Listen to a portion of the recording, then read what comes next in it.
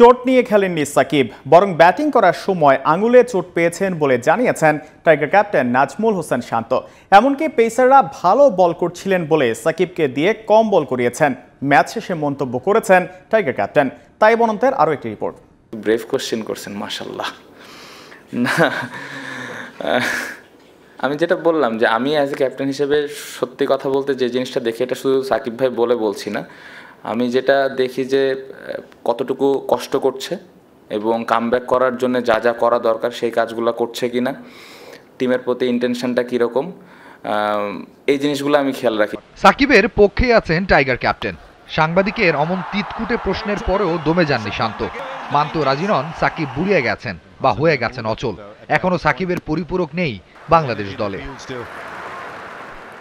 চোট লুকিয়ে খেলছেন সাকিব, এমন কোনো তথ্য পোস্ট ম্যাচ প্রেস কনফারেন্সে শান্ত বলেননি।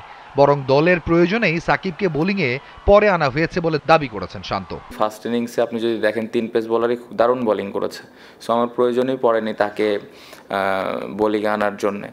আর এক পাশ থেকে মিরাজ ভালো বল করছিল, সো এটা একটা পরিকল্পনাই ছিল যে যত বেশি আমি ফাস্ট বোলারদের বল করাতে পারি, এবং আমার মনে হয় 6টা উইকেটও আমরা খুব তাড়াতাড়ি নিলাম। প্রথম ইনিংসে ভালো ব্যাট না করা আর দ্বিতীয় ইনিংসের শেষ দিকে ব্যাটারদের খেই হারানো। চেন্নাই টেস্ট শেষে এই সমীকরণে হেরেছে বাংলাদেশ, দলনেতার এমন উপলব্ধি।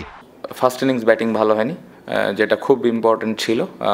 ওই জায়গায় আমরা স্পেশালি টপ অর্ডারে যদি একটা পার্টনারশিপ আমরা করতে পারতাম তাহলে আরেকটু ভালো অবস্থানে থাকতাম, এটা একটা দিক ছিল। আর সেকেন্ড ইনিংসে ভালো আবার পার্টনারশিপ শুরু করেছি, বাট শেষের দিকে আবার খুব আর্লি উইকেট পড়েছে, ওই জায়গাটাতে আমাদের আরেকটু কেয়ারফুল হওয়া উচিত।